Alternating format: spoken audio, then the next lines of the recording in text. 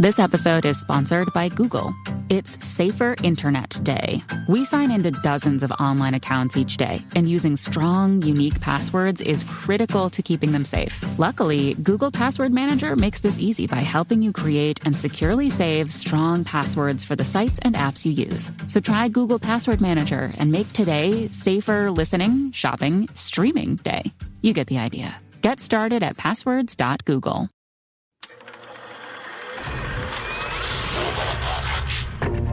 Game over, man. Game over. You're gonna need a bigger boat. Why so serious? I am Iron Man. This is a tasty burger. Welcome to the InSession Film Podcast. Welcome to episode 520 for February 6, 2023. I'm JD Duran. And I'm Brendan Cassidy. And I'm Ryan McQuaid. And I'm Jay Ledbetter. Thanks for joining us, everybody, for our second rendition of the new show. It's interesting. I, of course, listened back to last week's episode, as I always do. And we briefly mentioned it, but maybe not enough. I don't know if we emphasized that last week we celebrated this anniversary, this 10-year anniversary thing. It was a little bit of a significant milestone, and we just kind of brushed by it. InSession Film is a decade old. How about that? Yeah, so, I thought I'd call it out again here. It was really fun to celebrate that last week. Obviously, last week's show, the first of this new era that we're in, went live the day we turned 10 years old. It was very exciting. And you know what else is 10 years 10? old? After Earth. After Earth. Yes. And that's what we're here to review this week, everybody. We're going to do After Earth again, followed by Avatar: The Last Doing a Airbender. Jaden Smith deep dive. Karate Kid? Karate Kid. Oh my God. Are you Karate kidding Kid's me? actually not that bad. Yeah. It's not that bad, actually. We are not going to be doing that. Instead, we will be talking about M. Night Shyamalan, though. He has a new film out right now, Knock at the Cabin. Brendan and I have a review of that already up that you can go and listen to or watch on YouTube, which is what I recommend. So go and check that out. So to start off the show this week, because his career, obviously a little distinct, there are three acts to his career right now. So we will be talking about the rise, the fall, and then the resurrection of Steven Spielberg Part 2, a.k.a. M. Night Shyamalan. Of course. Oh, yes. That poor next man. Spielberg, the next That poor Hitchcock, man. the next whatever. So we'll be talking about M. Night Shyamalan, and then we'll close out the show with some Q&A. We try to get some questions from our listeners and viewers out there, and got some fun questions. So we'll end the show there. But let's start things off here with M. Night Shyamalan. I guess before we get to the rise of him and his early films, what are you guys thinking about him on the whole? Where do you sit on M. Night Shyamalan? Well, I'll say that M. Night Shyamalan is one of the weirder entities, I think, left in Hollywood, because you can't really pinpoint anyone like him, I think. Someone that's had massive highs, extreme lows, and even in his sort of resurrection, as we're calling it, or his second part of his good stretch of his career, there's still divisiveness that is within what is the best films of his and which is not. I remember watching him, like most of us, when I was a kid, and my dad took me to see pretty much all of his films, particularly in the Sixth Sense, Unbreakable, Signs sort of era. And ever since then, they've sort of been kind of like a little bit of like mini events.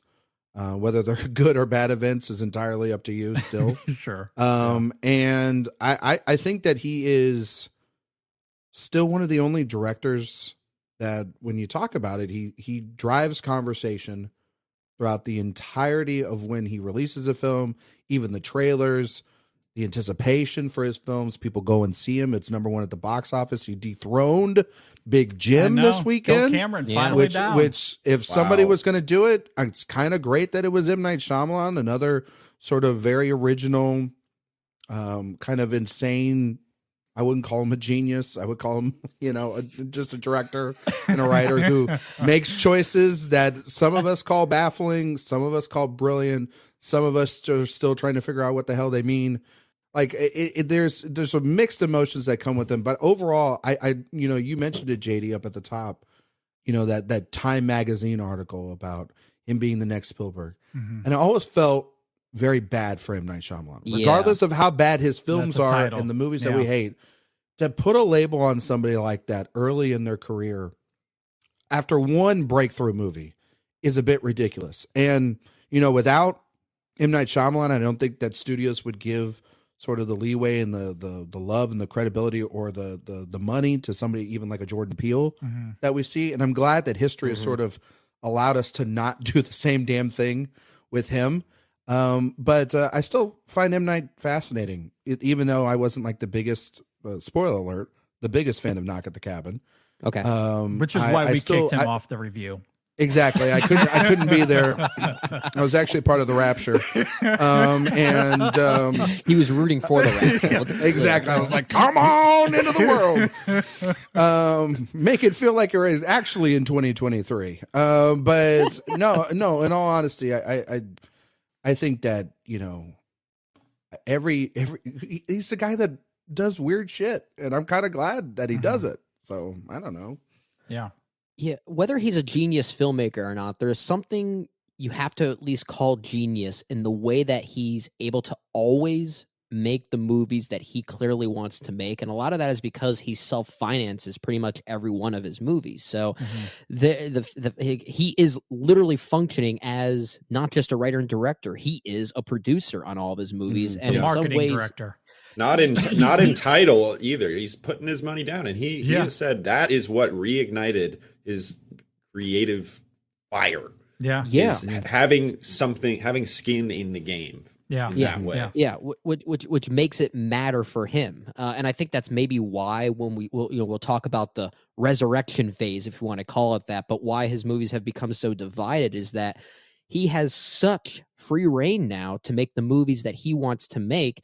And he's had this career that he's clearly at a point in his life where we talked about this during our review, JD. He has this I don't give a shit attitude right now that I love. It makes the movies wildly ambitious that they often trip on those ambitions. But given the landscape nowadays, I'd rather see those ambitions. I'd rather see a director like this kind of fall on his face at times and take those swings, literally spin the camera around like a toddler with a new toy when he makes a movie like Old, for instance. I mean, there's no way those camera tricks should work. Did you say Old? Oh my God. Old is the one that got me. I was like, this guy is one of the most interesting filmmakers working right now. I mean, that movie is like downright experimental. It is crazy. Sedan. Mid-size sedan. And I mean, especially, I actually think Glass is kind of subversive as well. Not entirely successful. I kind of like that movie. My hot take is that I like Glass more than Split. But I'm with you. I'm actually with you. I think I'm not far off from that. Yeah. Yeah. So my can't hot say take it's a is great... that I like Split more. How funny! Yeah, I guess there you so. go. How funny! You're normal, JD. But And here's on the InSession Film know. Podcast, the hot take is the consensus. But here's the thing: it's like no matter how good or bad these movies are, even whether I like them or not, a lot of them I'm still thinking about, even after like a couple years have gone by. Yeah, I really like M. Night the same as you're talking about there, Brennan. He's always provoking fascinating conversation, and as we talked about in our review of Knock at the Cabin, like my response to that is the same as Jay just did talking about Old. I love the camera work. I love the editing of Knock at the Cabin, and it's his most thematically provocative in a long, long, long time. And I love that he's willing to kind of provoke people in a certain way, especially given how our country in so many ways is defined by religious fanaticism, and he very much puts a mirror up to that in this incredible way that I don't know if I anticipated. And then of course there's the twist that there isn't a twist, but there actually is a twist. That is so quintessentially M. Night.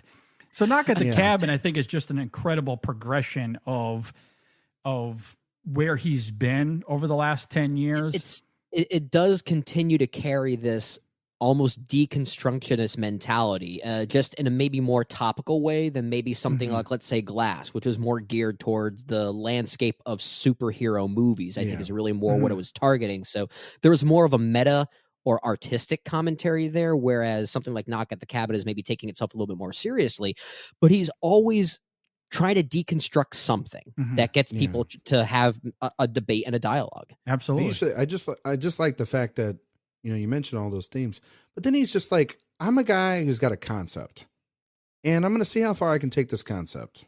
Like, Old is a concept. It's a Twilight Zone episode is what. Yeah, those are the movies that he makes now. He doesn't make his first few movies are so well after, you know, he made Praying with Anger and Wide Awake, whatever. His career started at The Sixth Sense. His first few movies from Sixth Sense on, they're very austere and they're kind of striving for something a little more prestigious than he is what he's doing now. He's making Twilight Zone episodes now. He's making 90, 100-minute long Twilight episodes where he takes a really high concept and he says, how far can I take this? And he's getting pulpier and pulpier and schlockier. And I have not seen Knock at the Cabin, so I can't speak to that. It seems like that one is a little more thematically. It feels more like a movie first when compared. Yeah. I would say the way it flows feels more like a movie, whereas, and it still carries that conceptual nature like you're talking about there, Ryan. But even like a movie like Old, like it does kind of feel like this extended Twilight Zone episode like you're talking about there, Jay. It doesn't always feel like a movie, which is something I kind of admire about it. I think it's interesting the way he constructs these things nowadays. Yeah, I think, like, for me, I wasn't that big on Knock at the Cabin. I think that the problem is, I think the source material and everything, it feels like the source material is like material made for M. Night Shyamalan rather than like M. Night Shyamalan making the material. And I felt that, you know, reading up on the other ending, reading up on, you know, a lot of stuff afterwards and everything about it, as I was watching the film, though, I was like feeling as if the gears were turning for something else. And I felt as if like the freedom and the ambition and the wild sort of swings that he was taking with something like Old, which I extremely admire. It's more restrained. Knock at the Cabin is more restrained by comparison. Yeah. And for me, I was kind of hoping for that same sort of energy. Cause like Jay mentioned, like even Glass, a movie I'm not like, you know, I don't think Glass is a masterpiece or anything like that, but it's so interesting what he's trying to say, especially off the high of that teaser at the end of Split. To go and do a movie like that to cap off this trilogy is kind of bold, is very bold for you to do. And then to do Old, which, you know, that's the other funny thing about M. Night Shyamalan is anytime you watch a trailer in theaters now, people just are like ready to write him off. It's kind of fascinating to watch a trailer with an audience. Not anymore. No, I mean, there was a point where he was. I remember seeing, you know what the one for me it was that movie Devil, where it's like, I don't know, is it like Satan is an elevator or something? I don't know. I haven't seen the movie, but I remember in the trailer in the movie theater, it came up from producer M. Night Shyamalan, and I mean, people laughed. Yeah, I experienced that too. Laughed. I know. I remember that trailer specifically too because it was like everyone was kind of like, oh, okay, all right, yeah, a devil in an elevator, we can buy into this.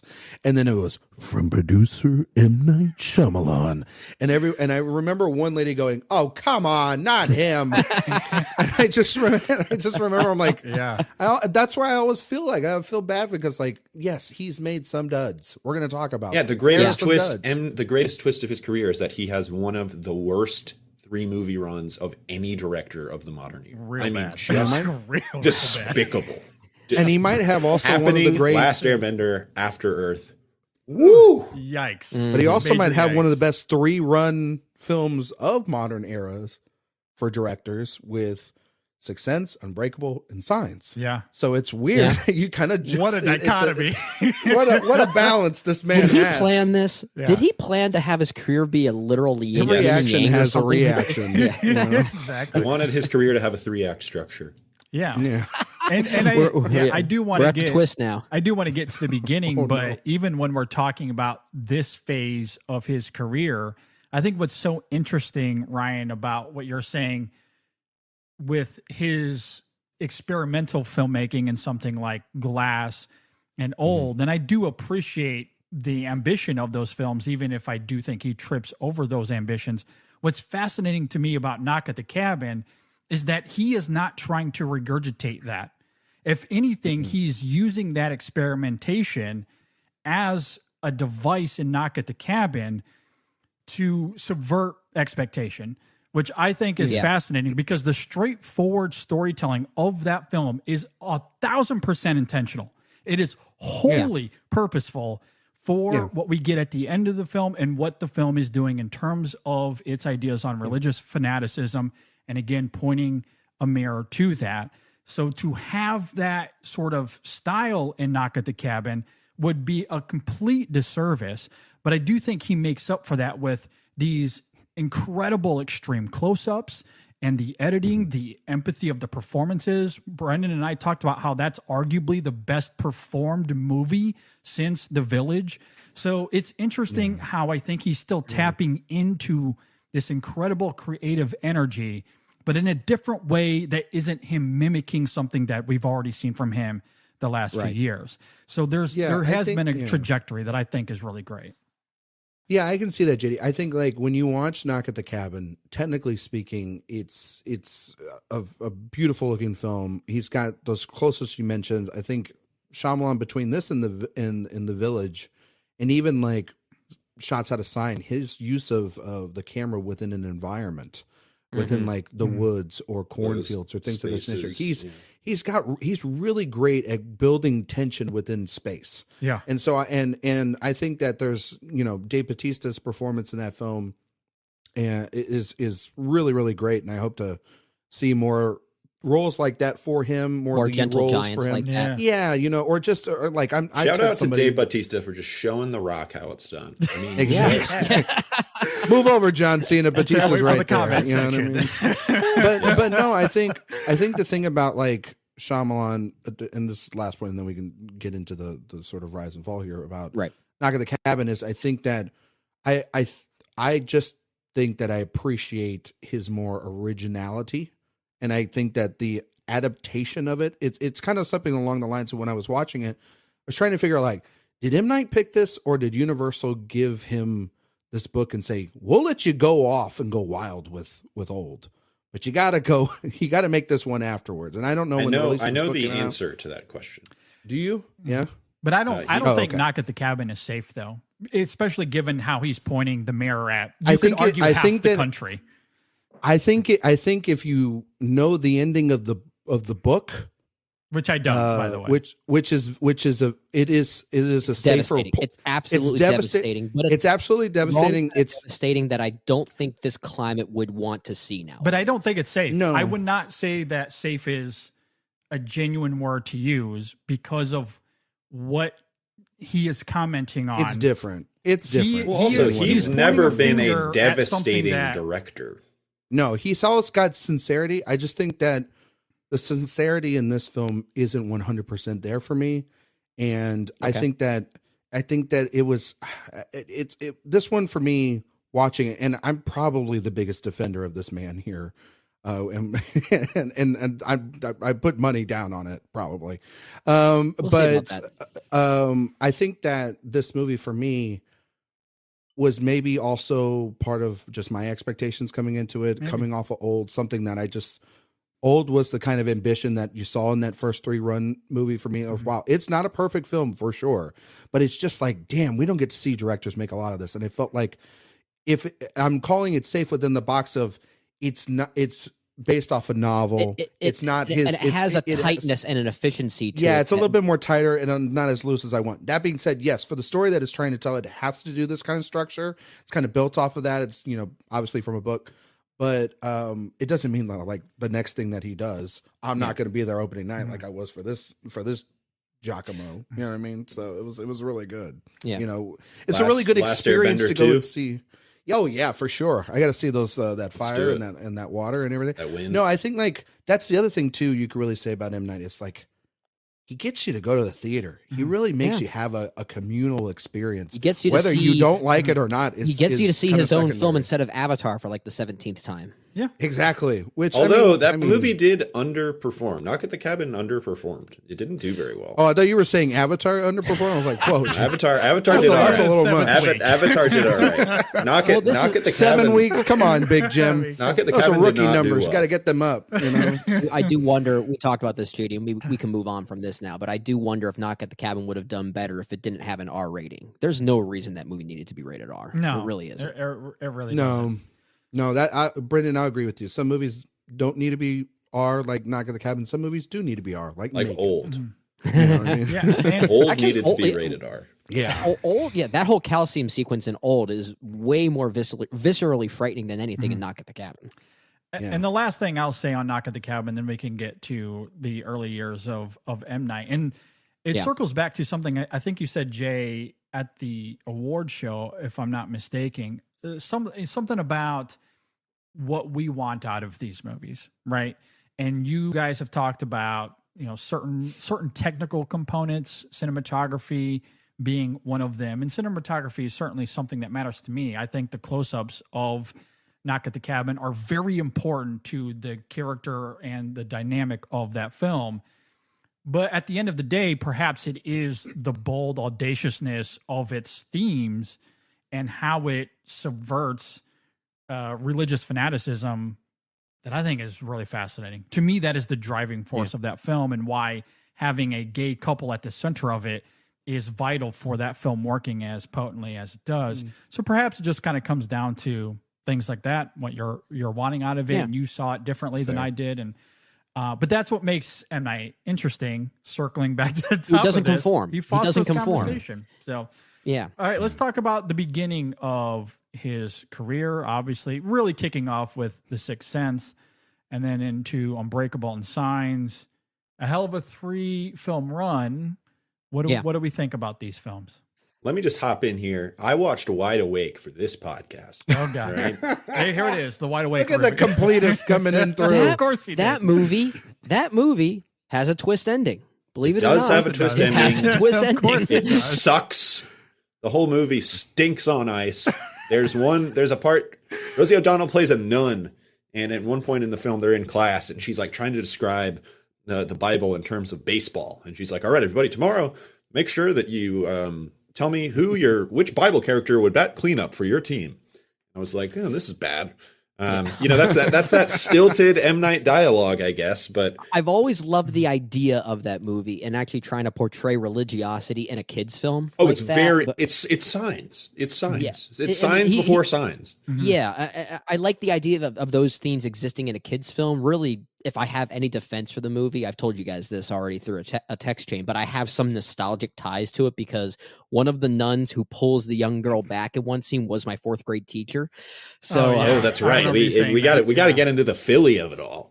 yeah. Brendan. I'm the local boy here. In fact, I don't live too far from M. Night's house, honestly. But Why didn't you bring yeah, him so- onto the show? Go get him. Take a break. I'm Go not get him. that tight Come with back. him. I'm not that tight with him, unfortunately. I stalked him too much. He got a little creeped out. But yeah, my 4th grade teacher actually, she doesn't speak in that movie. She's just an extra, but it's that one moment when I guess the love interest of sorts to the main character, she says to him, like, have you found what you're looking for? You will. But then she's pulled back and the nun kind of whispers something in her ear. Yeah, that was my 4th grade teacher. Jean Orlando. There her you name go. was. Fun little cameo. There you go. All right. Anyway, these 3 good movies. Good Great movies. Yes. Yes. They are my top 3. Yeah, I would say everybody's favorite is in this crop. Yes. I think general. so. Yeah. Signs is Yeah. a masterpiece. Yeah. We've talked about it.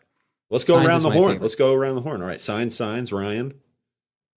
Science. Signs. Mine is Science. Unbreakable. So Also Okay. very I'll- good. I'll- Probably my number 2. Yeah. I'll have the hot Probably take my here. number two. And that really just comes down to, like, I mean, JD, it's what you're talking about with what do we want from movies? What do we, Yeah. what are our favorite things? Yeah. What do we value in movies? Unbreakable is one of the most incredible looking movies I've ever seen. It Oh, looks yeah. so great.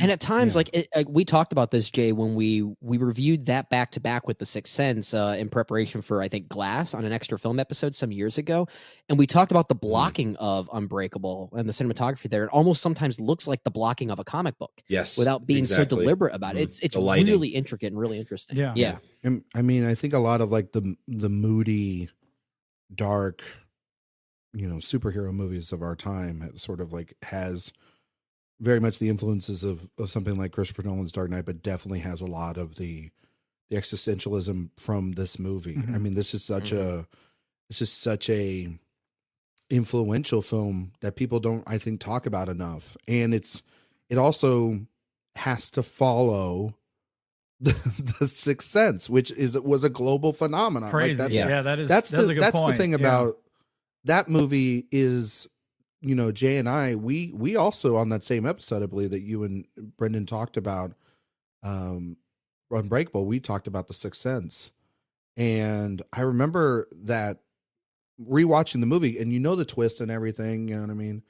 And we all know the twist because it's been just like meme and joke. It's engraved in pop culture. Yeah, big time. It is It is the, Luke, I am your father of our generation sort of. Sure. Yeah. Kind of. Yeah. And even a Lonely Island song has Bruce Willis dead at the end of Sixth Sense. And I'm not going to finish the rest of the lyric. Yeah. But I think that what's so great about that movie is not even the main crux of it with Bruce Willis. It's like the stuff with Haley Joel Osment. You kind of forget how great he was in that film, but then Toni Collette, those scenes where they're just together, especially in the kitchen and then in the car, they're so well blocked that and what's crazy about the film is that when you go back and rewatch it, the clues are all there. You can kind of look for that, but it really is just this beautiful, heartbreaking story about a mother and a son. So earnest. At the core of it. Yeah. It's very earnest. It's a ghost story, but it's not really a horror movie. I mean, it was marketed as such. And I think, certainly the actual twist of the movie took so many people by surprise because they had no idea something like that was going to happen. But I think the bigger thing that made people realize how great it was that level of devastation that it carried. Like, and it actually earns that. It's a beautiful movie. And I think that's what people kept responding to. So to have that kind of ending, it didn't just surprise people. You actually felt bad for Bruce Willis in it. The surprise means nothing if you don't feel it. If it's dead, well, that's why you're able to rewatch the movie over and over again, despite knowing the twist. It works as a great dramatic exercise. Absolutely, yeah. More than kind of the twist guy. M. Night for me, especially now, I watched or for the first time or rewatched a bunch of his movies this week. More than the twist guy, he's this really tender kind of sincere filmmaker. Yes. I mean, he's so into family and spirituality for sure, especially in this this Sixth Sense, Unbreakable, Signs, The Village. Spirituality is just oozing out of every pore of those movies. I mean, Jay, he reminds me a lot of when we were watching the Wachowskis, sort of directors of that era. Kind of sentimentality. This, I would say, I don't know that anybody's as sentimental as the Wachowskis. They are very romantic. Theirs is more, I think, romantic. Yeah, and everything, and M. Night's is more, I think, at times philosophical and religious. And I think both of them have the soft hand that what makes their films, I think, really age well. Even their bad movies, there is stuff you can find in the garbage of some of these films that you're like, it's never boring garbage for one. Yeah, that's never like a boring. like. Even, M. Night's got some boring ones. He's got some boring ones, but there's still stuff in there that you're like, okay, well, at least that was good, or like I get where he was going. Like I feel like with his mistakes, when we get to those are like, I weirdly understand where the man's coming from. And in these films, like you're talking about like Bruce Willis and Mel Gibson, these ginormous action stars giving completely vulnerable performances in Sixth Sense, Unbreakable, and Signs. Like not many directors were able to do that in their careers to get these guys to do stuff like that. And I find that to be also very fascinating too. It's like, yeah, he's the guy that throws himself in there, kind of like Tarantino into his films and all is an eye-rolly thing or whatever. Yeah. But like, he's a really good character actor director, and he really works a lot with these guys. Like even Joaquin Phoenix, he worked with him on Science in the Village, and he's able to do things with these actors that you wouldn't expect from him, Yeah. I think we talk about Colette, we talk Jaden. about Haley Joel Osment, but Willis in Sixth Sense is, like you said, you got to buy into that. And say what you will about Mel Gibson, the man, but I think his best performance is Signs. I agree. I think as an actor, I think that is his Mel best Gibson, performance. Just so he's good. he's one of my faves. Just He a is- problematic fave. I mean, He's a man, movie star, and it's just you it's can't. just I like, can't God really damn say it out loud, but Yeah. he's like one of the best movie stars of all time. He's so good. But at he's a being a terrible movie star. person. Terrible It's man. really Terrible person, but unfortunate. still good at his Man. job. A presence on screen, Yeah. nonetheless. Yeah. Yeah. But even with Signs too, there has been this joke that we refer to M. Night Shyamalan sort of carrying. Like his name was kind of the butt of a joke after a little while when he started making these failures that came in this next phase of his career. But there was a point when he was making Signs where he actually had a good hand at tone and humor. Like Signs is actually a very funny movie. And I think part of that is because it sort of predated when he was aware of his own ego, when, all the publications started calling him the next Spielberg or Hitchcock. And he sort of I feel like we can assume he let that go to his head. But Signs. Yeah, he's admitted as much. Yeah. Yeah. And Signs is really the first time where I felt like he really tried to imbue one of his movies with very deliberate comedy. And it worked because in that case there was sincerity to it. He wasn't trying to up himself. But then he also has great performances from Mel Gibson and Joaquin Phoenix, who actually have to sell like this awkwardness that actually works in that movie. He was really good at tone management for a while in this early phase. Oh yeah. Yeah. Oh yeah, for He sure. was. Yeah. Signs has some really stilted dialogue, though. That is one thing I will say. Well, again, this is where a great performer and a great cast can sometimes hide that from you. And the camera work in that movie, that one is like on the old level of, whoa, he's doing some wild stuff. I will never forget that theater experience I had seeing Signs with a large group of people. It was almost like, it wasn't a 3D film, obviously, but it was almost like seeing a 3D movie at Disney or something. Like, you remember those like 3D movies like Honey, I Shrunk the Audience or something like that, where you almost feel like there are things that are actually walking around you. It's like really immersive. Sometimes it almost feels like 4D.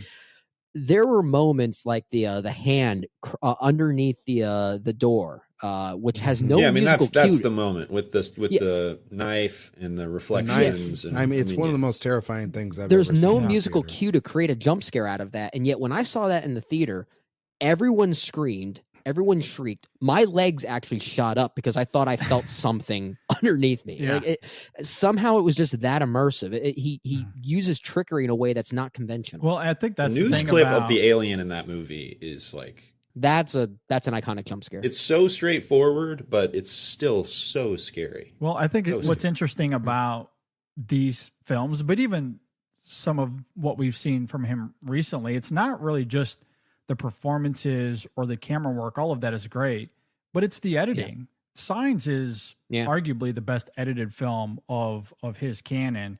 And I think a big part of why that moment you're talking about there, Brennan, is horrifying is the editing of it. Or I think about the pathos of the scene in the basement between, a father and son. All of that is effective because of performance and James Newton Howard, which we'll get to.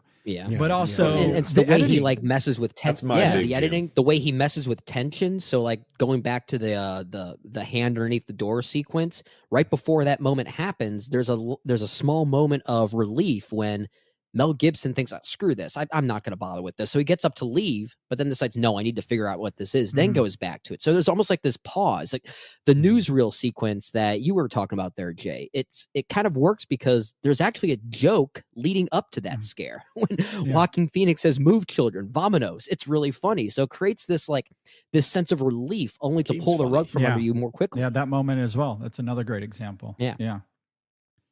It's a good movie. Good movie. It's a great one. movie. It's a great one. And let's JD, let's do it. James Newton Howard. Oh, What did gosh. I text you guys this So weekend? good. I said, hey, I'm doing like a M. Night rewatch. My biggest takeaway so far, holy cow, James Newton Howard is So just good. Yeah.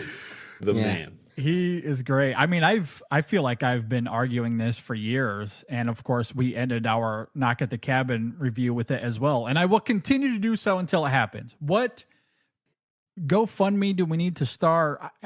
Whatever we have to do to get those two to work together again. He didn't do Knock at the Cabin, right? No. He did not. He hasn't No, but worked what with do we them need in a to while. This is what we referred to at the end of our review is what do we need to do to get them together, work because again? their work together is phenomenal. Yeah. Yeah. It would have helped the movie too if Perhaps if James Newton Howard was doing that score for me. It would help I didn't most hate the movies. score for that movie. That score at the end of Sixth Sense too, when everything is being It's beautiful. pulled together. It's pulled together, but even too, like the musical cues in Unbreakable, and then the used later. The score for The Village is is like top. it's oh my It's god, so yeah, good. it's so The good. look of The Village too. Yeah. is Yes. I mean, top the- tiers, yeah. The Village is ridiculous for many reasons. One, I just think that movie is It's good. It's a good movie. It's technically just impressive. It's got so many flourishes, I think, also too, that Jay, you mentioned that with kind of science. Like for me, The Village is like but with The Village walks so then old could run. You know what I mean? And like The Village just has all these decisions that maybe they don't add up for everyone, but damn it, like the movie just when I watched it recently, I was just like, man, I am okay to just. This is where I started the sympathy tour, where I was just like, you know what? I'm okay with this. Like for a guy to do these things, I mean, I'm telling you, those sequences where it's just there's silence. The way he uses, the way we talk about the way he uses music, the way he uses silence in his films are absolutely ridiculous to build tension. He is a master of tension, and in that movie in particular, and yes, the twist is debatable. How do we feel about it? Like, Where do we stand on? I don't have a problem with it. I love the twist in The Village, Okay. but then again, I think a lot of it comes from. I like the twist as well. Okay. Yeah, it's not necessarily personal experience, but I can tell he's pulling from his Pennsylvania roots to use as inspiration because it's very much, I grew up in the middle of rural Pennsylvania where there were a lot of, Mennonite communities and things like that. And that's not to say that that's what this movie is specifically depicting, but it's looking at Lancaster County and some of those people that choose to live in isolation as kind of an inspirational point. So seeing the way he's using rural Pennsylvania as kind of a character in that movie was something I was able to relate to in a way. And I could see why if you don't have that upbringing. I mean, I was late to school many times because I got stuck behind a horse and buggy. I mean, that's how it was. So, but if you don't have that experience, I can see why you might find it more frustrating, I guess is really the right word. I find the ending to be kind of tragic. It's Well, very tragic. That's I the whole agree. point of the ending. And I like it. Yeah. You know what I mean? It's the whole point of that is not that like, look where we are. We're actually. I don't know. We can talk about it, right? It's old. Yeah, we can talk about it. It's old enough now. It's old. The point of it is not, whoa, we've been in modern day the whole time. The point of it is, hey, guess what? This isn't like how people live. People are living this way because they don't want people to feel as terrible as they did when their kids died. Yeah. That's the point of the twist. And It's a devastating movie. Heartbreaking. And the fact that your main characters, who are essentially adults, they're young adults in a way, they have this innocence and this naivete around them. Joaquin Phoenix and Bryce Dallas Howard specifically, which makes their romance really beautiful. It's almost like a coming of age tale of sorts. It weirdly reminds me more of like a Nathaniel Hawthorne story, like The Scarlet Letter or something, as opposed to a horror movie that it was marketed as. And I think if you look at it more in those ways, there's a lot of beauty in The Village. I think it is a beautiful movie. That movie is the one that feels like a prestige movie. That one, you can kind of feel it like, I'm going to try to blend my sensibilities with kind of Oscar ambition. Yeah, he was trying, I guess, for that. Honestly, I would probably put The Village as my favorite M. Night film if it weren't for Adrian Brody's performance. That's a wild. He should have had his Oscar taken away because of that performance. I think it is that bad. What a cast that movie has too. What a deep roster. My God.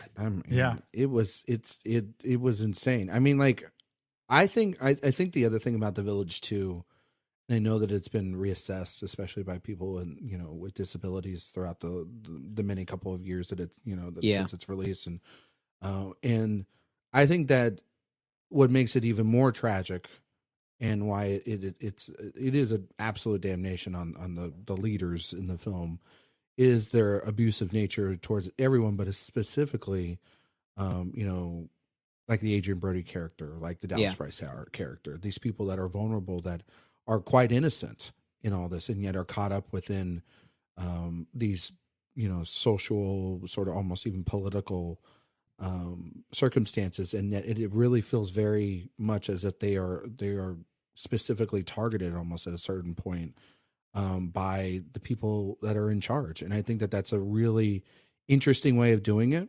Yeah. It's, I think, a movie that's aged better for me, because I don't think that at the time it came out, it really was, we were fully there or ready for it. And it was now ahead of the I curve. think I think it's like, was ahead of the curve. Exactly. I think right now it's kind of perfect for our more cynical sort of times. And but that's to say is that, like, I mean, there's the sequence in the damn woods where I remember watching that, and I took my stepmom at the time with us, and she just had her hands like covered up. She was watching it through her fingers because she was so terrified. And the audience, yes, it sort of teetered on while we were all walking out of the theater at the time.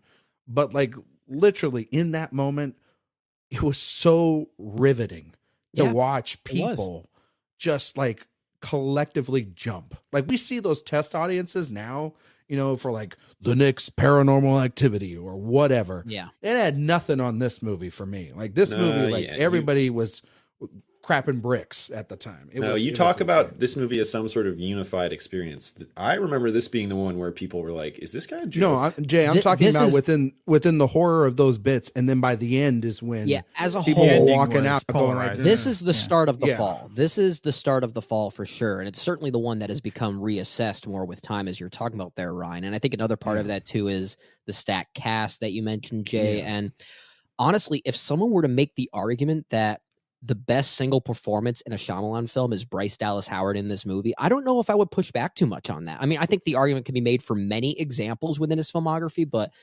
she is amazing in this movie. I mean, Brendan, I believe you mean Lady in the Water, not.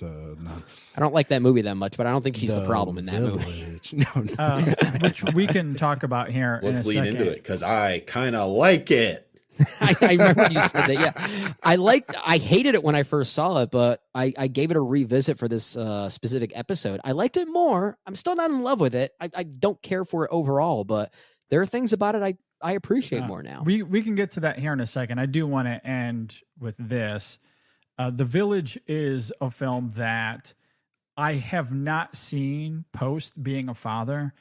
At the time when it was first released, I really liked it for a lot of the reasons you guys are saying, with its color palette, its cinematography, the tension that is potently thick, as Ryan is talking about. It has some of the most dread that you could experience at the theater. And I certainly felt that at the time for sure.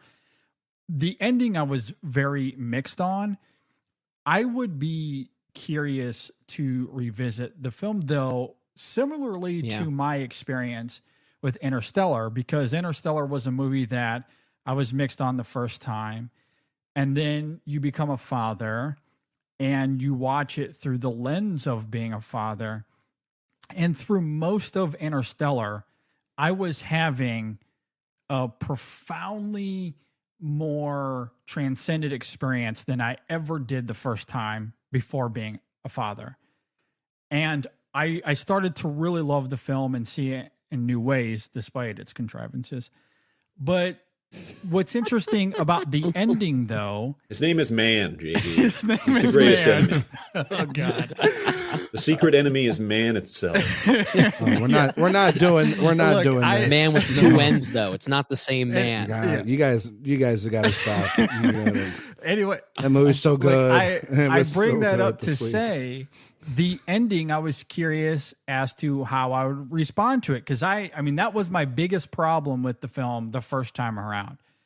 And while I was having a much more vigorous experience with it on a rewatch post being a father, the ending only heightened my frustrations all the more.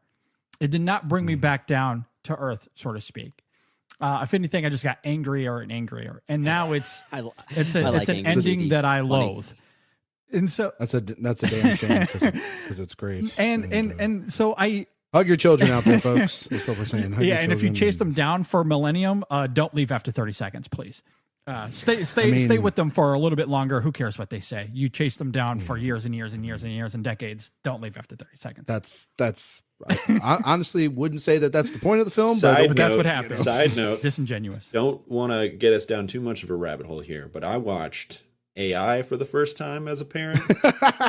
Masterpiece, that movie. Let me tell you what's a good film. Yes. AI, artificial intelligence. Is this why you're sick? Because you just drained all of your tear ducts? Dehydrated no with all the tears. Yeah. He's got AI fever. I mean, what?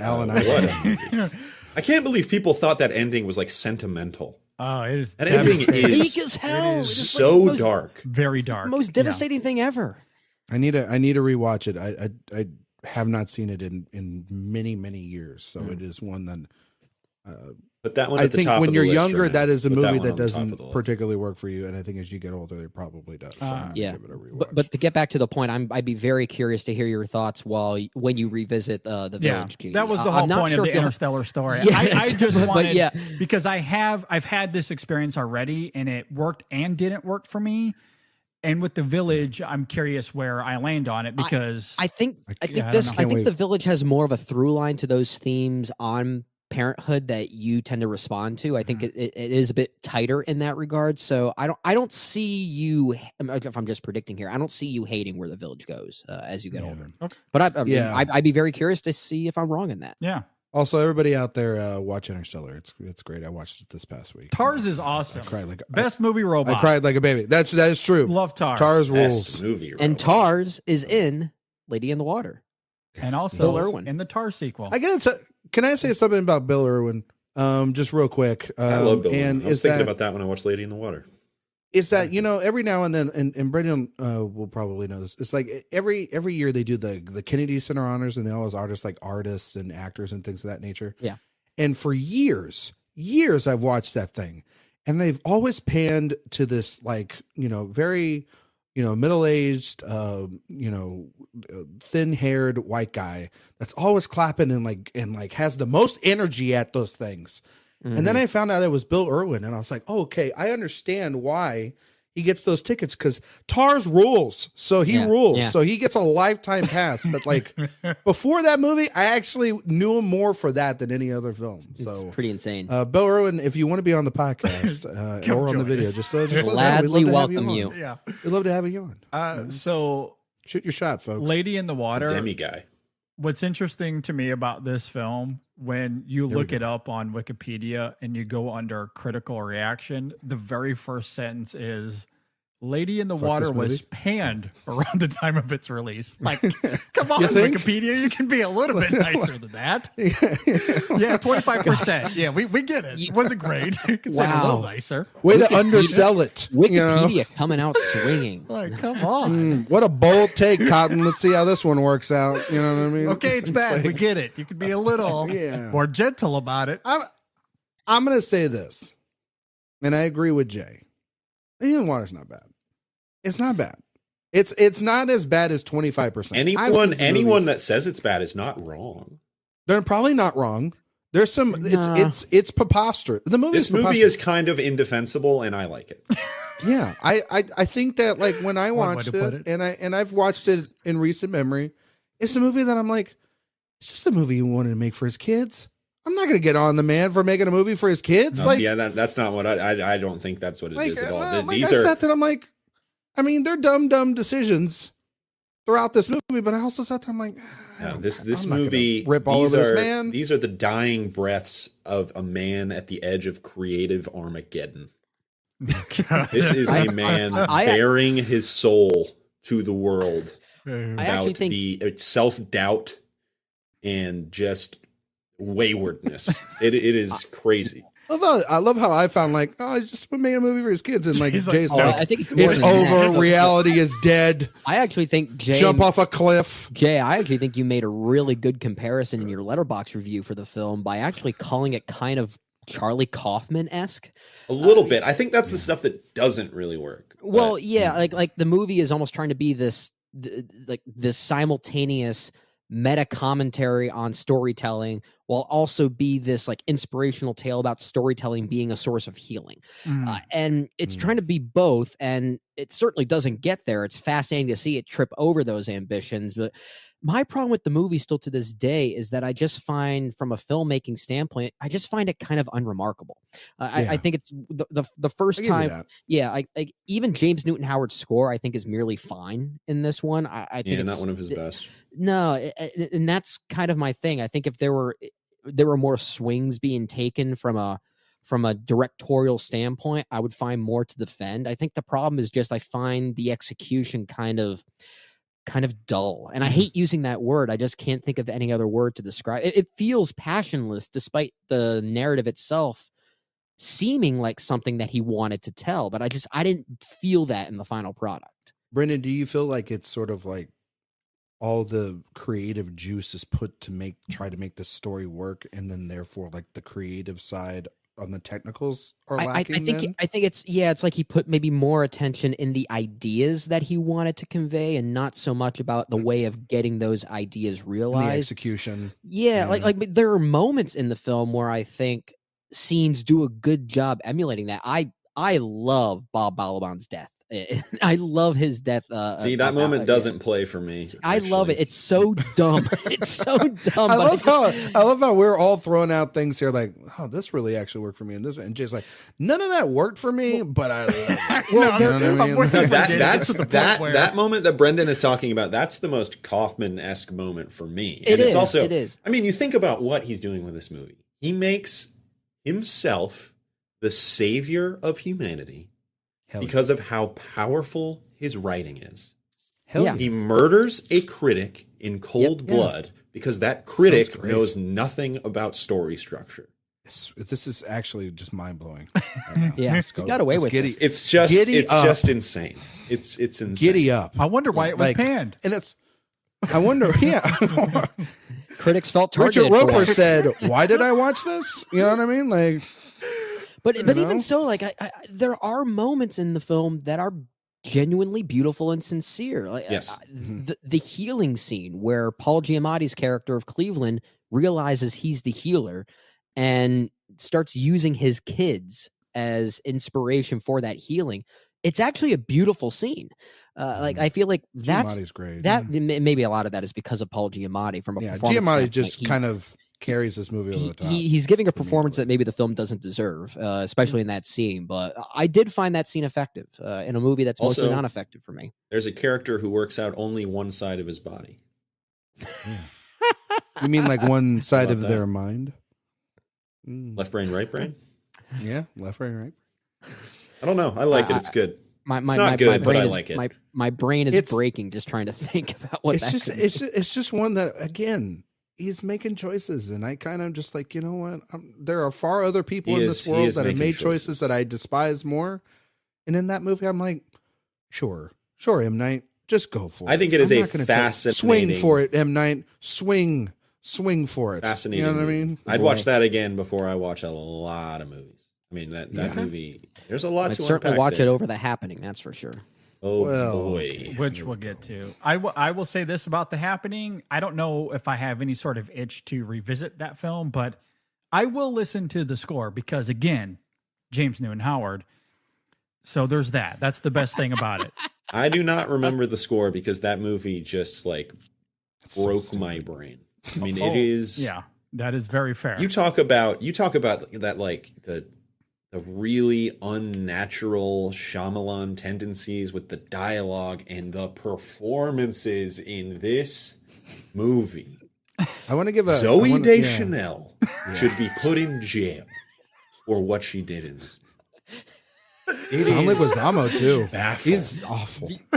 Baffling. The best way I think I've ever heard this movie described, and I can't take credit for it, I forget who it was. It may have been some YouTube critic, maybe like Dan Merle or someone like that, said the way this movie feels, it's like we sent an actual good thriller into outer space. It was intercepted by aliens. They tried to recreate it in their own way and sent it back to us. Like it's so inexplicable. Yeah, it's like those AI things that you keep seeing where it's like AI hot chick, but the chick has like 7 fingers and like some of her half her body looks like it's melted or something. It's like AI M. Night Shyamalan movie. Here's the thing though, like the way that we're describing this movie is the movie I wish I revisited. I rewatched The Happening yesterday as we're recording this. This is not one I revisited. Well, this is one I got. Maybe I was revisited every night. Maybe I was just in the wrong frame of mind. Decisions I've made in my life. In the water. Oh man, yeah. I think about it like literally when I'm sitting there and going like, life's very short. I spent time twice in my life watching The Happening. It's like the way we talk about this movie, it's like it sounds like the best so bad it's good kind of movie or something. Or even like so bad it's so bad that you just have to watch it. But I don't know, maybe I was in the wrong frame of mind during my revisit, but I found it boring as hell now. Like boring. I did tell you there's one good tell you sequence. The suicide sequence is good. There's an effective shot there for sure. Yeah.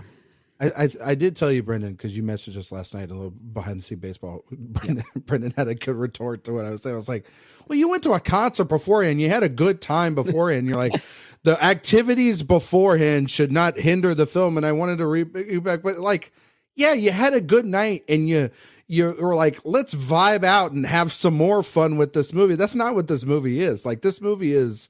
It is bad. Like, don't get me wrong. This is one of the most atrocious experiences I've ever had in a theater. I saw this movie in the theater when it came out. I was one of like 10 people at the time. And I swear to God, Eric Anderson over at Awards Watch, he told me this weekend, and I kind of actually have started to believe it, is that at a certain point, Shyamalan was making a horror film. And then he decided halfway through to just start screwing around on Mark Wahlberg and make it into a comedy. Like, that's what the film feels like. What? And I kind of like it, but it's also too, to tell you the truth, when I've seen movies are very heavy handed with their messaging about global warming or our political issues, I gotta say, I'd rather watch something as stupid as this than watch like Adam McKay try to tell me how bad I am at this world. And it's I know it's apples and oranges, but like at least there's like this is some weird apples, man, and I'm never going to this orchard again. But at least it was like poisoned there was something there. Yeah. Brendan kind of said Lady in the Water is unremarkable. The Happening is incompetent. Yeah. It's funny. It's like, and guess what? As bad as it is, it's better than his next 2 movies.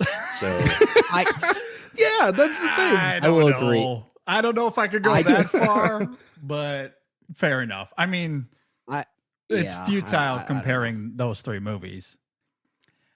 Do we all agree that these next 3 are his 3 worst? Oh yeah. The Happening, Last Airbender, and After Earth. Yeah.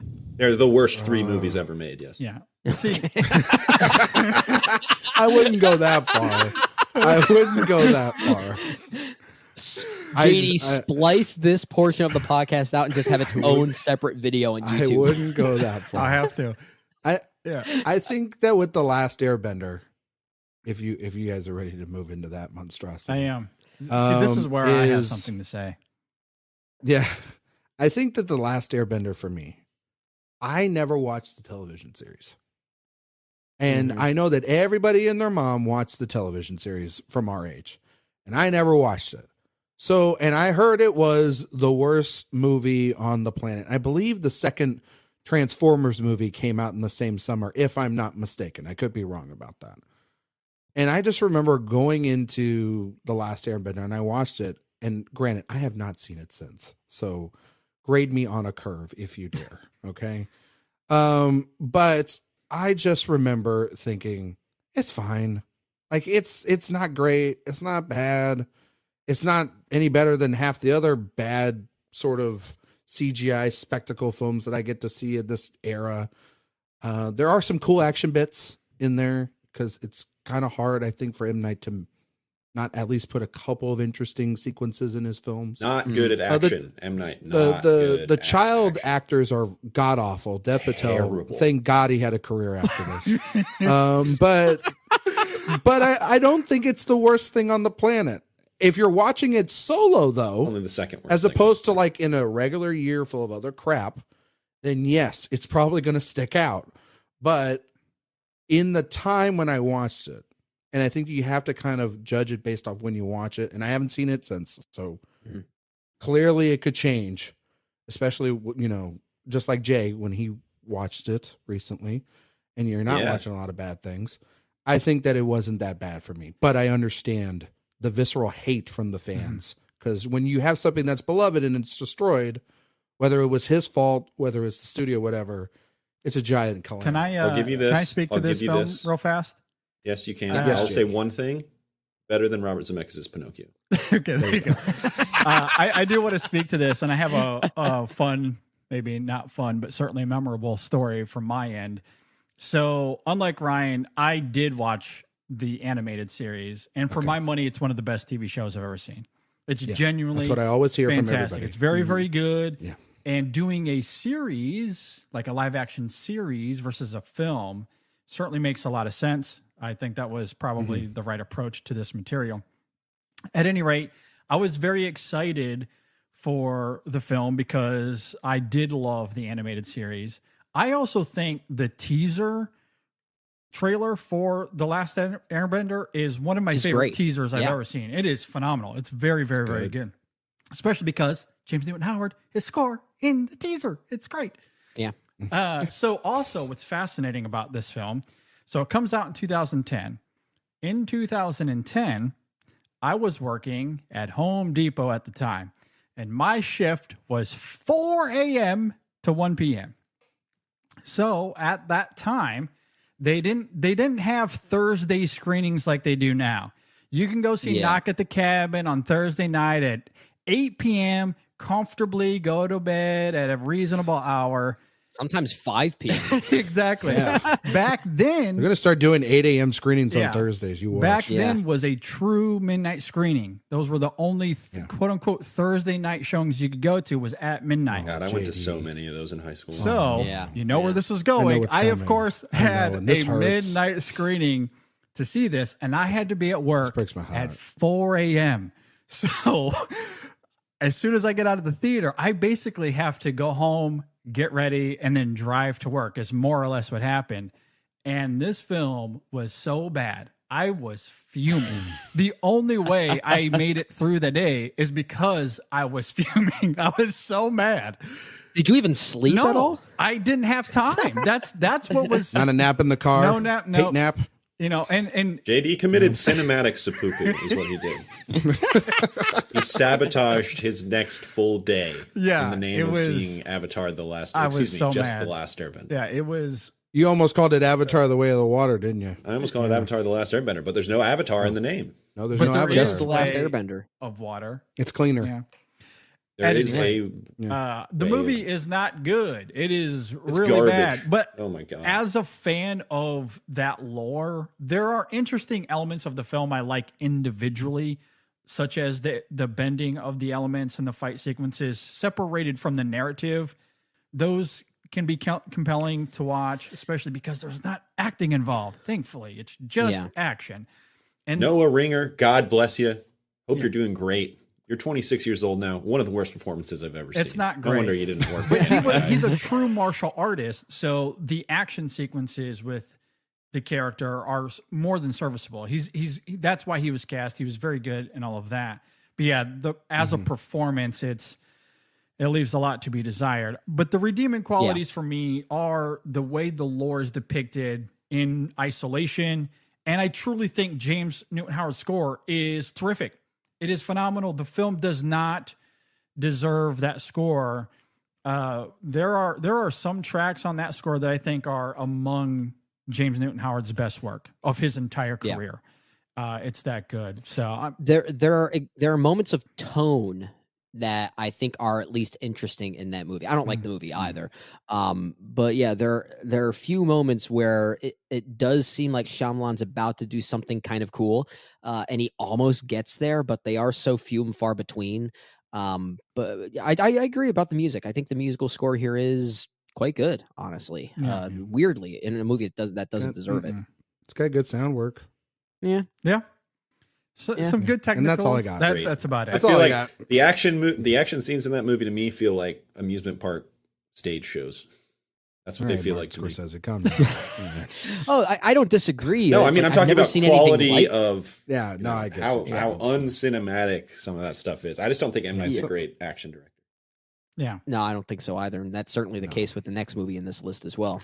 Oh God. Yeah. I forgot. Let me of 10-year anniversary. The glasses are coming off. All right.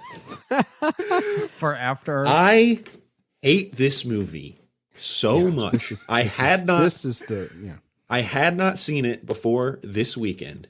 And let me tell you. No, I had not seen it before. Wow. Because good for you. I'm so sorry. I used to love myself. And now I hate myself. And so I do things like watch After Earth. You watch After Earth, and then you drain out your sorrows with AI. Yeah, exactly. You want to talk about the most cynical cinematic object that has ever existed. It's After Earth. You have M. Night Shyamalan at the lowest of low. You have some studio approach him and say, hey, we're doing a Will Smith movie. Would you like in on it? M. Night Shyamalan has no leverage whatsoever to make anything he wants at all anymore. So, of course, he's like, sure, I guess. I don't know. Gun for hire now? Is that what I am? Who knows? And what does Will Smith tell him to do?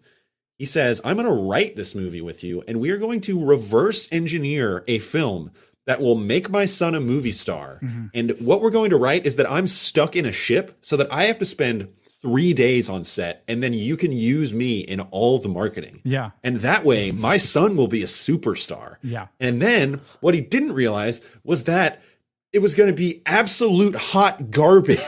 It is so bad. It looks awful.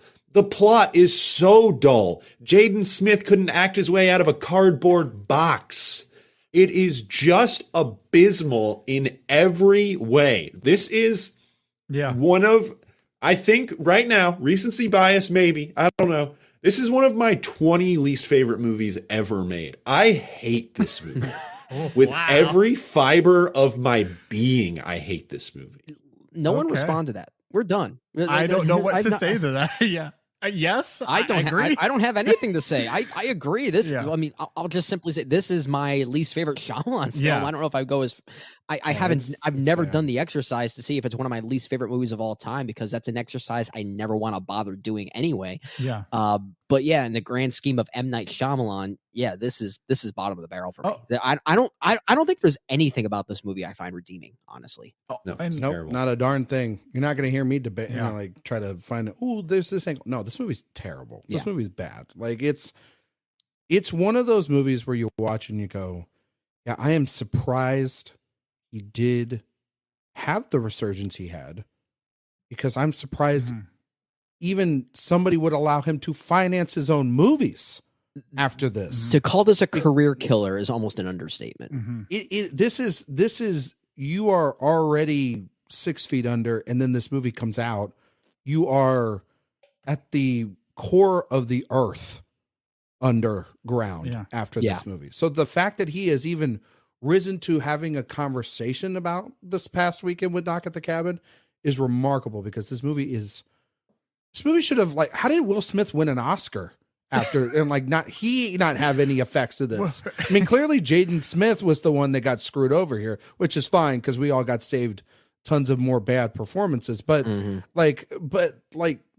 fact that this was put by most people at the feet of M. Night Shyamalan, I think is it's not really his fault. This is not an M. Night Shyamalan movie. This is a Will Smith problem. It is. Yeah. And so that's why anytime Will Smith ever produced by Will Smith, whatever you think about Django Unchained, every time I hear Will Smith say about how he was going to try to make it his movie, I think, Django Unchained would have been so after earth that it probably would have killed Quentin Tarantino's career. So thank you. It's the fatal flaw of Will Smith's career, and we're not going to go down this rabbit hole.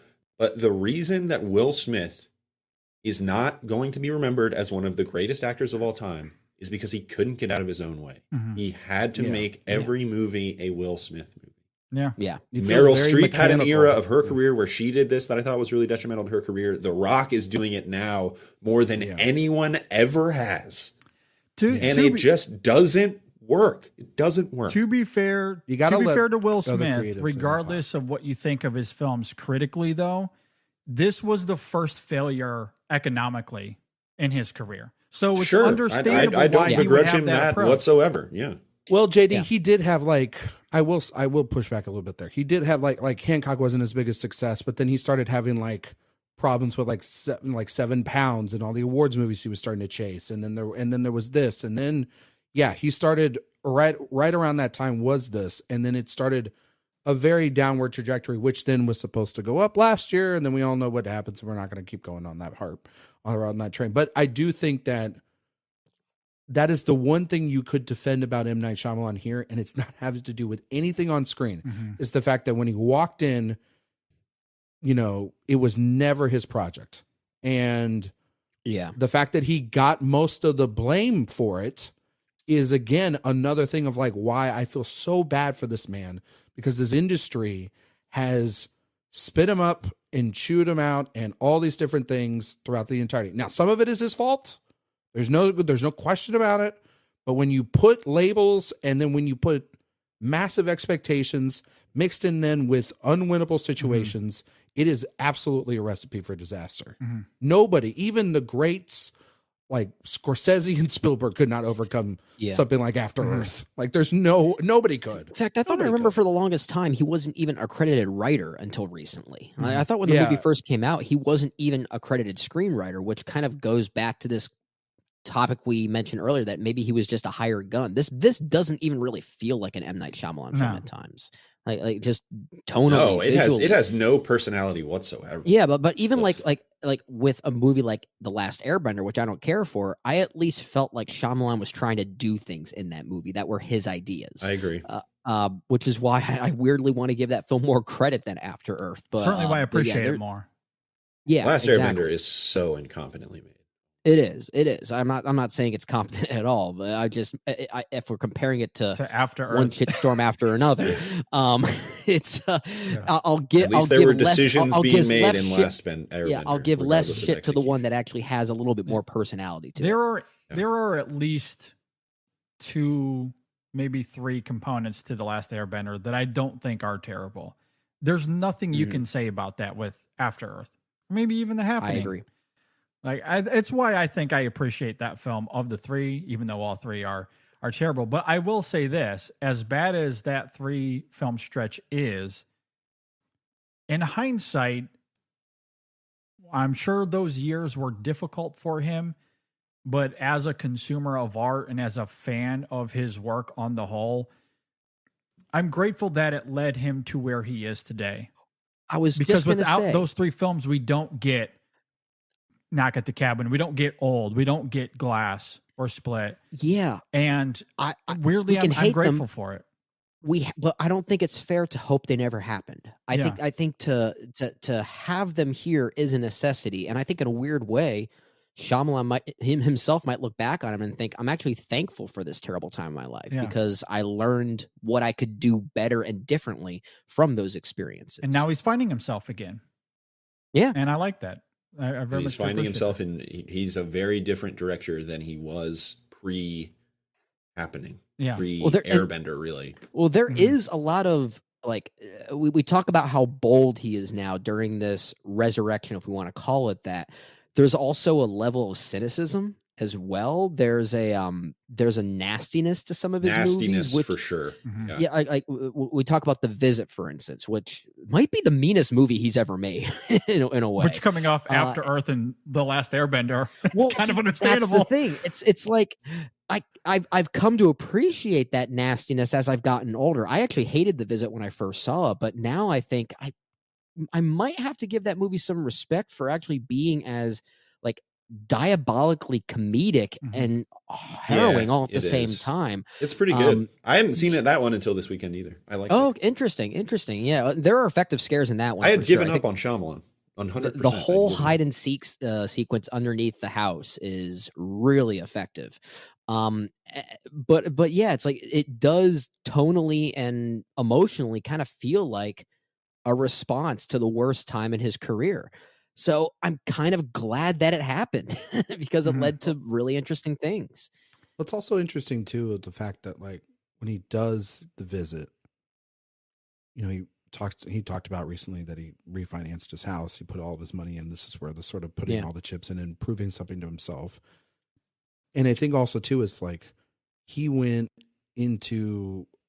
is a person that I think with Sixth Sense and the twists and all the world started creating the modern twist movies that we started getting. You know what I mean? We don't have movies, I think, like, you know, something like even Memento without the Sixth Sense, you know what I mean, coming out. Because, you know, we don't have The Prestige, you know, movies that, you know, like Nolan's sort of arc is built off of the back and a lot of these bad examples. I don't know about that. Well, I think a lot of those these popularities of those films and those getting financed, Jay, those are things that definitely, like, it's built into a marketplace where we need movies with twists and stuff like that. There was definitely an they're not influx similar. of bad horror movies, especially in the early 2000s, and they all seem to have the same twist ending. Yep. Like it was like, it was the main character all along. Like remember like that movie Hide and Seek with Robert De Niro and Dakota Fanning? Like that's a great example. There were so many of those for a while.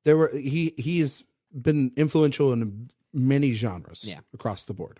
And what's interesting is with The Visit, he's actually jumping into a genre that was not something that he created, but was sort of on the rise from, you know, obviously like Blair Witch that came out the same year as Sixth Sense, but then the Paranormal Activity sort of rise and everything. But it's kind of, hey, I'm the guy who I'm a good enough director to take this genre and bring something that elevates it and using the form in a different way. Careful, that Ryan, is using that word. not being used. The haters after Well, you us. know, I know with the haters and everything saying the word elevated is bad, but he does beyond just like what we you just claimed Shyamalan's making elevated horror.